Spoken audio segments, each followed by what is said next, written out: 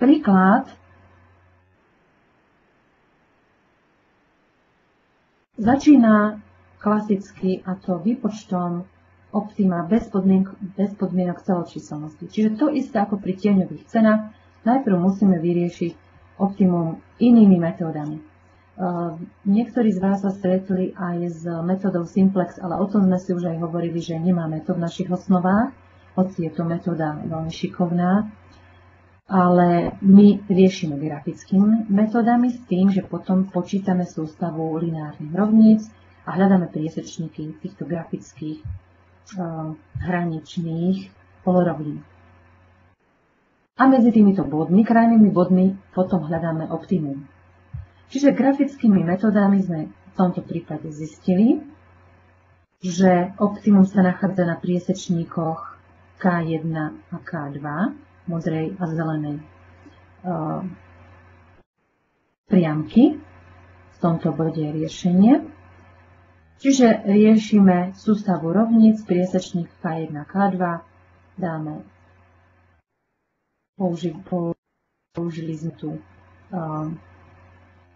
eliminačnú metódu, vynásobili sme túto druhú minus štvorkou, spočítali, dostali sme súradnicu x1 1,6, súradnicu x2 2,2. Toto je v prípade, že by sme nepotrebovali celé čísla, už koniec riešenia. Hej, stanovili sme, urobíme interpretáciu, odpoveď na ekonomický model a bol by koniec. Čiže samozrejme ešte zabudla som, že preverujeme hodnotu účelovej funkcie vo všetkých samozrejme týchto bodoch a zistili sme, že maximum je naozaj v tomto bode V3. Takže toto je klasické riešenie. Optimálne riešenie, celočíselná úloha, ale nemôže mať desatinné čísla v súradniciach optimálneho bodu.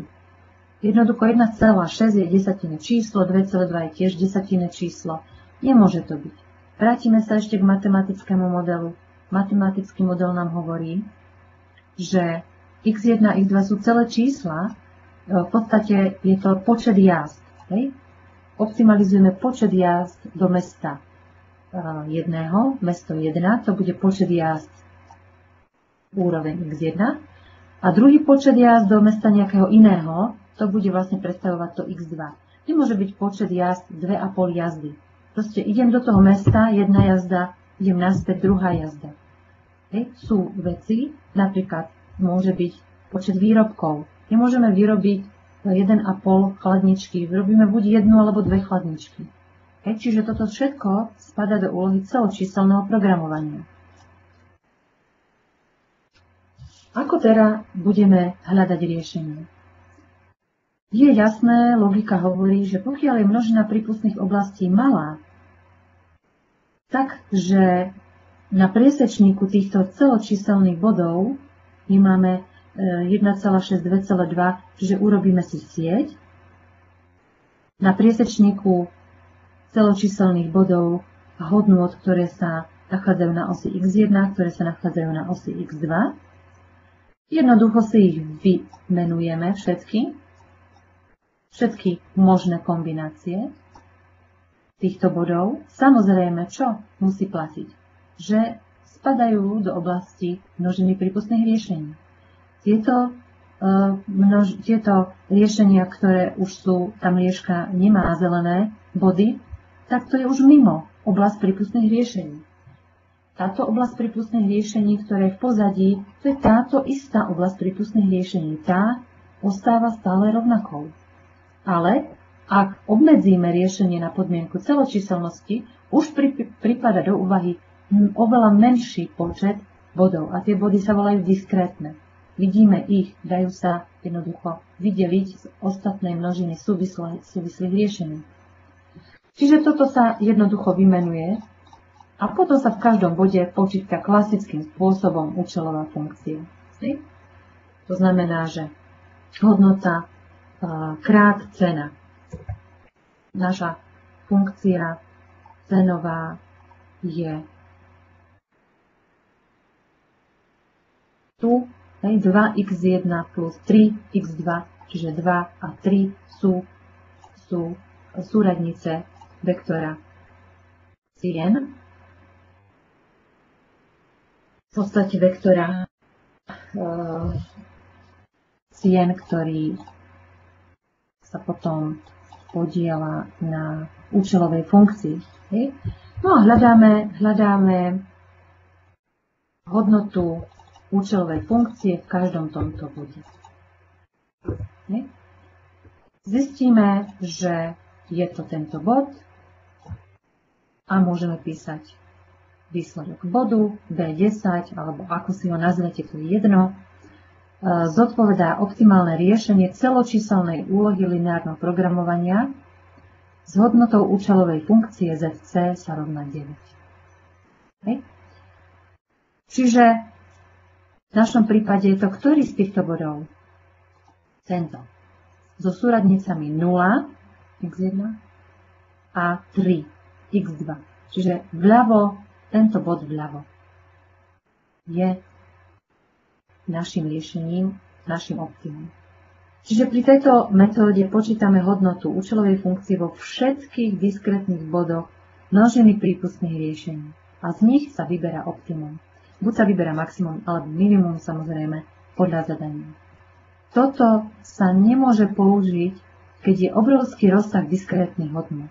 Predstavte si, že sa tu nehráme s hodnotami 3, 4, 5, ale že je tam hodnota 100, 120, alebo veľké čísla. Predstavte si, koľko by tu muselo byť tých bodov a kombinácií, aby ste toto všetko mohli prejsť a prehliadnúť. Preto vlastne sa používa metóda, iné metódy. Jedna z nich je táto metóda vetvenia a medzí. Niekedy si to môžete vyhľadať aj pod názvom metóda vetiev a hraníc. Vetvenia a medzí je viac menej taký čechizmus a preklad z češtiny. Jablonsky tiež používa vetvenia a medzí. V slovenčine sa skôr stretnete s týmto názvom vetiev a hraníc, alebo v angličtine. Takisto býva často aj takto nazvaná táto metóda. Čiže v čom je lepšia táto metóda? Keď sa ju naučíte, tak je oveľa rýchlejšia. A prečo je rýchlejšia? Lebo pri tejto metóde sa prehľadáva len oblasť, ktorá je blízko optimálneho riešenia.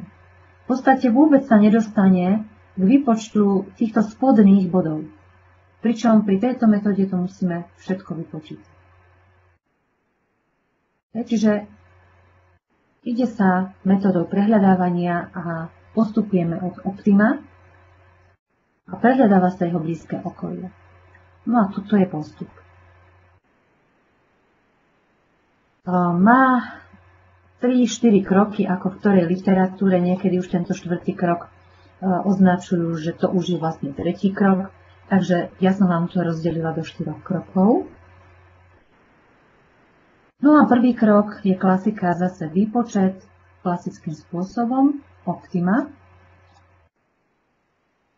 Je tu iné označovanie, už sa to optimum nenazve opt, ale nazve sa x0. Čiže toto je v podstate len označenie. A keď sa pôvodné riešenie takto preznačí, vidí nám znova 1,6, 2,2, tak vtedy sa vypočíta samozrejme účelová funkcia, tá sa tiež preznačí na z s indexom 0, 9,8. A ďalšia vec, ktorá sa vždy pri týchto výpočtoch určuje, je tzv. Horná medza. Preto sa to aj volá akože vetvenie a medzi. Tá horná medza je viac menej nič iné ako celé číslo. My budeme to celé číslo označovať takýmito hrnatými zátvorkami. Celé číslo je vlastne odhodená desatina časť čísla. Poznáte aj z Excelu funkcia ln, ln a ln odhodí túto desatinu časť, ale je to veľmi jednoduché. V našom príklade je to 9. No a tieto údaje zakreslíme do schémy.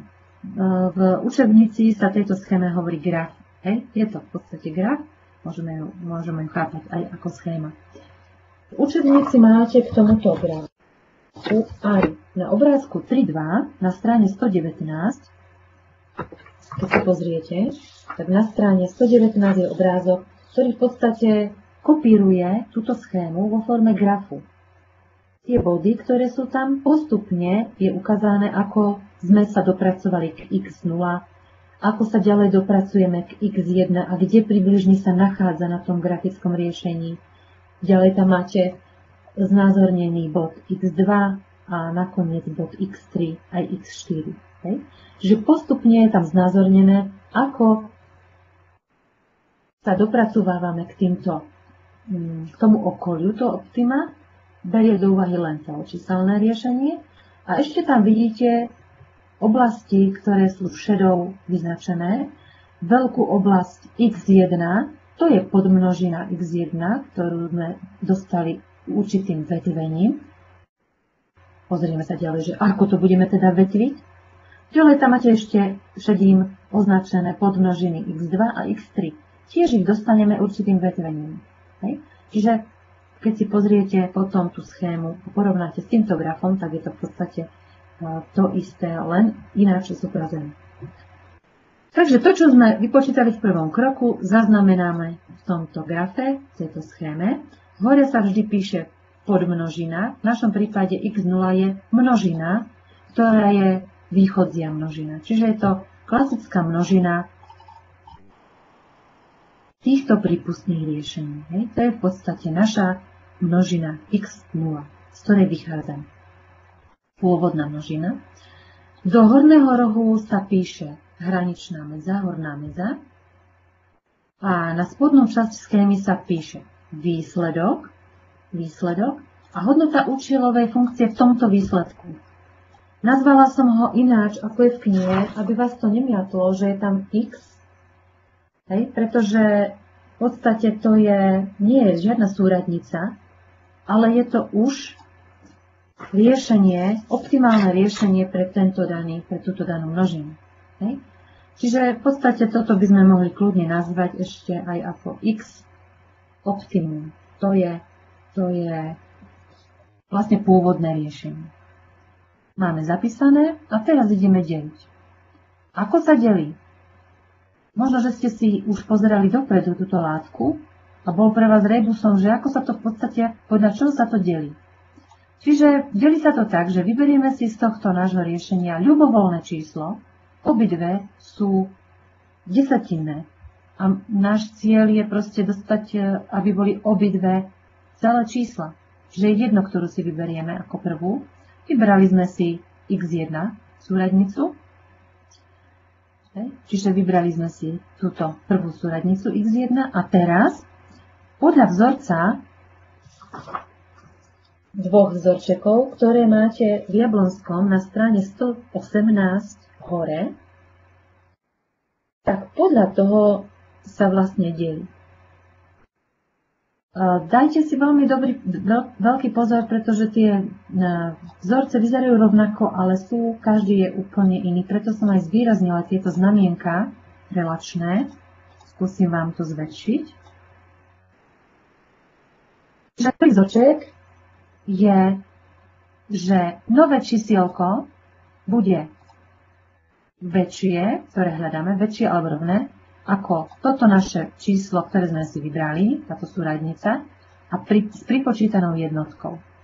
Hej. Čiže keď pozrieme 1,6, hranatú zátvorku sme si spomínali, že to je celá časť. Čiže celá časť z 1,6 je koľko? 1 plus 1 je 2. Čiže to je prvá hodnota, podľa ktorej vetvíme. x1 väčšia alebo rovná ako 2. A druhá vetva bude tiež pre x1, ale podľa toho druhého vzorčeka. Hej. Pozor, nemýlte si, toto je tá veľké tučné x, to je množina, má index hore, Toto je jedna množina, na ktorú sme rozdelili pôvodnú množinu. Druhá množina zase má index hore, ale tu sú vlastne súradnice. Vybrali sme si súradnicu x1, tak tuto je súradnica x1 podľa jedného vzorčeka, súradnica x1 podľa druhého vzorčeka. A ten druhý vzorec je veľmi jednoduchý, je to menšie alebo rovné ako celá časť tohoto číselka. Čiže je to menšie alebo rovné ako celá časť 1,6 a to je menšie alebo rovné ako 1.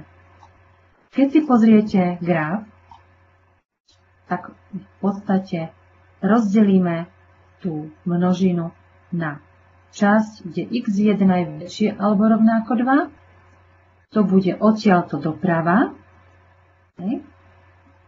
A druhá množina x2 bude zase pre súradnicu x1 je menšie alebo rovné ako 1, čiže tu a doľava.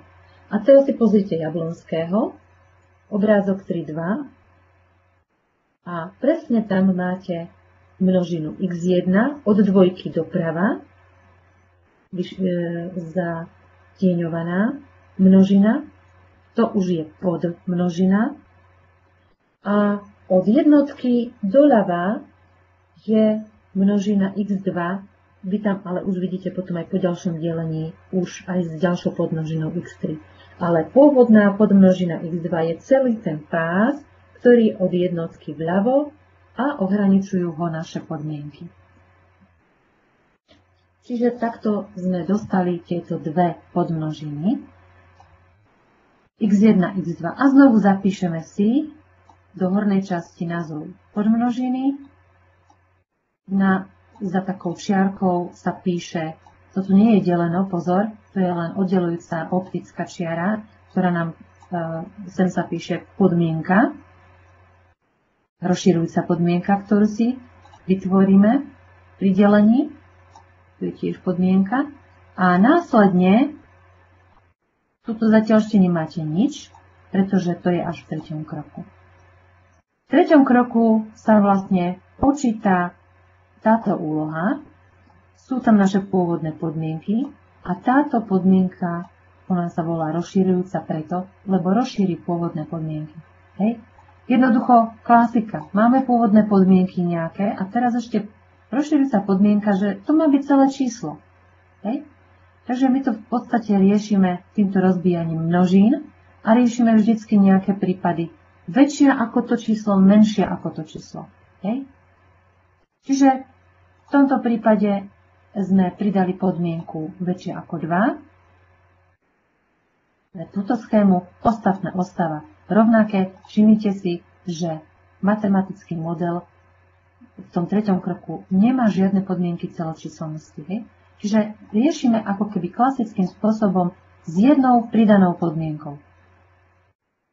No a riešime sústavu rovníc. V našom prípade tiež neskúmame všetky body, ale len jeden bod a zistili sme, že súradnice nového bodu budú 2 a 1,66 a hodnota účelovej funkcie v tomto bode vypočítame klasicky 2x2 plus 1,66x3 je 8,98. V Jablonskom vás chcem upozorniť, máte v tejto množine, v tomto výpočte, na tomto mieste 9. Je to preto, lebo je to zaokrúhlené a chcem, aby vás to nemiatlo. Tieto isté číselka, ktoré my tu počítame, sú aj v Jablonskom, ale oni nepočítajú s desatinými číslami, ale počítajú v zlomkoch. Keď si výpočet, ktorý je tam uvedený, oni majú označené toto nie ako B1, ale ako X s indexom 1 hore. To je jedno, to je v tom označení, čo sme spomínali, iba rozdiel. Ale majú X1 rovné hodnote 2 a X2 v hodnote 5 tretín, čo je nič iné ako 1,66. Akorát tu je rozdiel, oni to tam majú zaokrúhlené. Čo bude hodnota potom? Hranica, horná hranica, určíme tiež hornú hranicu hornú medzu? 8. Pretože odhodíme desatinu časť 0,98. Áno? To isté urobíme aj pre množinu x2. Čiže nič iné ako toto dáte preč a tu bude obmedzujúca podmienka x1 je menšia alebo rovná ako 1. A znovu riešime a znovu dostávame nový výpočet. Mali by ste dostať tento výpočet. Znovu určíme na tejto úrovni, v tejto podmnožine hodnotu hornej meze 9. Prečo 9? Celá časť z 9,5. Čiže tretí krok spočíva v rozšírení obmedzujúcich našich podmienok pôvodných o novú podmienku, jednu a potom druhú, pre každú množinu zvlášť, a opätovný výpočet optimálneho riešenia bez podmienky celočíselnosti. Po nájdení optimálneho riešenia určíme hornú medzu, celá časť účelovej funkcie. Toto urobíte zvlášť pre každú podmnožinu a výsledky zapíšeme do grafu. Čiže toto je vlastne zhrnuté to, čo sme si teraz rozprávali. Samozrejme, nie je tu uvádzaný výpočet pre túto druhú podmnožinu, ale je to to isté, len túto podmienku dáme preč a dáme tam rozširujúcu podmienku druhú. Štvrtý krok je v moment.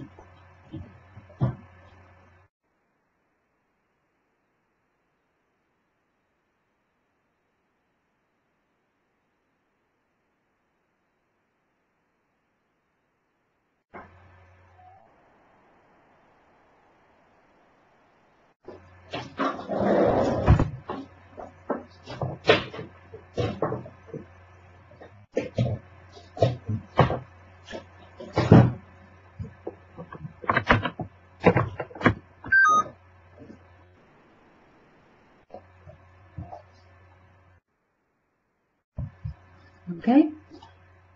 Čiže štvrtý krok je viac menej kontrola výsledkov, ktoré máme. Ani toto riešenie ešte nie je celočíselné. Čiže musíme pokračovať ďalej a budeme vetviť. Otázka je jednoduchá, ktorú z týchto podmnožín budeme vetviť. Vetvíme tú, ktorá má vyššiu hornú medzu. Samozrejme, toto je úloha maximalizácie. Pokiaľ by to bola minimalizácia, čo by sme potom tam hľadali? Vtedy by bola pre nás smerodajná nižšia úloha hraničnej funkcie.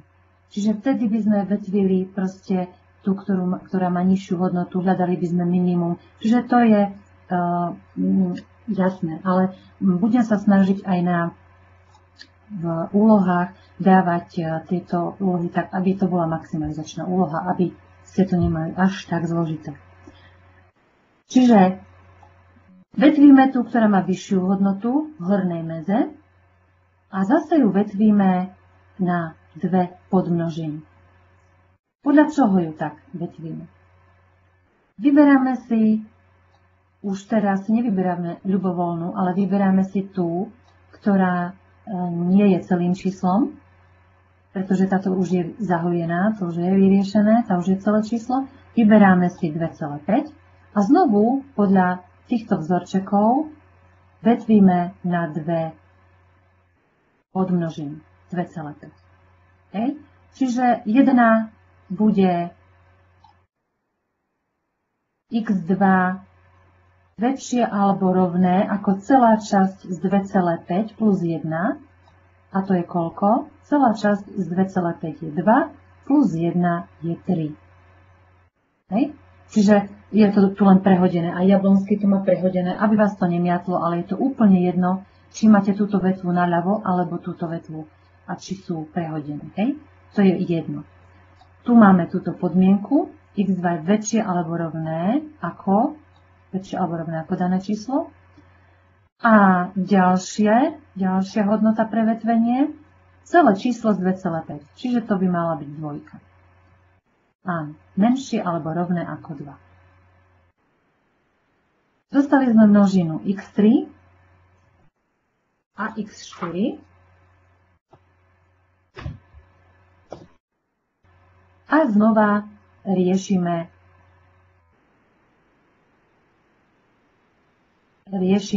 tretí krok. Okay? Čiže druhý krok je delenie a tretí krok je znova výpočet. Čiže použijeme pôvodné obmedzujúce podmienky, toto vyhodíme a miesto x1 je väčšie alebo rovné ako 2, tam bude čo? Bude tam x2 je menšie alebo rovné ako 2. Okay? Čiže viac menej, keď si pozriete Jablonského, to je práve tá deliaca čiara.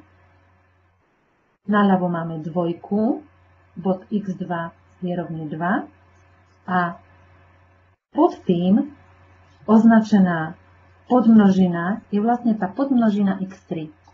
Okay? To je vlastne podmnožina, ktorá spĺňa podmienky x2 je menšie alebo rovné ako 2, plus ďalšie samozrejme podmienky, ktoré už vyplynuli z predchádzajúceho riešenia. Čiže znovu riešime s touto doplnenou podmienkou. S doplnenou podmienkou tu bude iná podmienka, táto, a dostaneme riešenie P3, 1, 2. Hej. Vypočítame účelovú funkciu v tomto bode, čo je 8, čiže horná medza bude tiež 8. Nemá žiadne desatinné už číslo. Musíme vypočítať samozrejme, že aj s druhou, našou rozširujúcou, obmedzujúcou podmienkou a tam nám vyjde riešenie B4 so súradnicami 0, 3 a účelová funkcia 9, horná medza 9. Čo teraz? Vidíme, že už obidve riešenia sú celočíselné, čiže po výpočtoch optimálneho riešenia a účelovej funkcie dostávame celočíselné riešenie pre obidve podmnožiny x3 a x4. A logicky, keďže riešime maximalizačnú úlohu, tak v bode B4 je najlepšie celočíselné riešenie. Prečo je najlepšie? Má najvyššiu hodnotu účelovej funkcie. Nejaký z týchto ďalších podmnožín, ktoré vyhovujú podmienkam celočíselnosti, nemá vyššiu hodnotu účelovej funkcie. Práve preto odpoveď bodu B4 zodpoveda optimálne riešenie XC s týmito súradnicami a s hodnotou účelovej funkcie ZC rovná sa 9. Ako náhle dospejeme k takémuto záveru,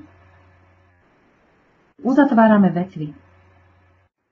Túto vetvu uzavrieme pre pravidlo číslo 1. Pravidla číslo 1 máte uvedené v Jablonskom na strane 118 dole.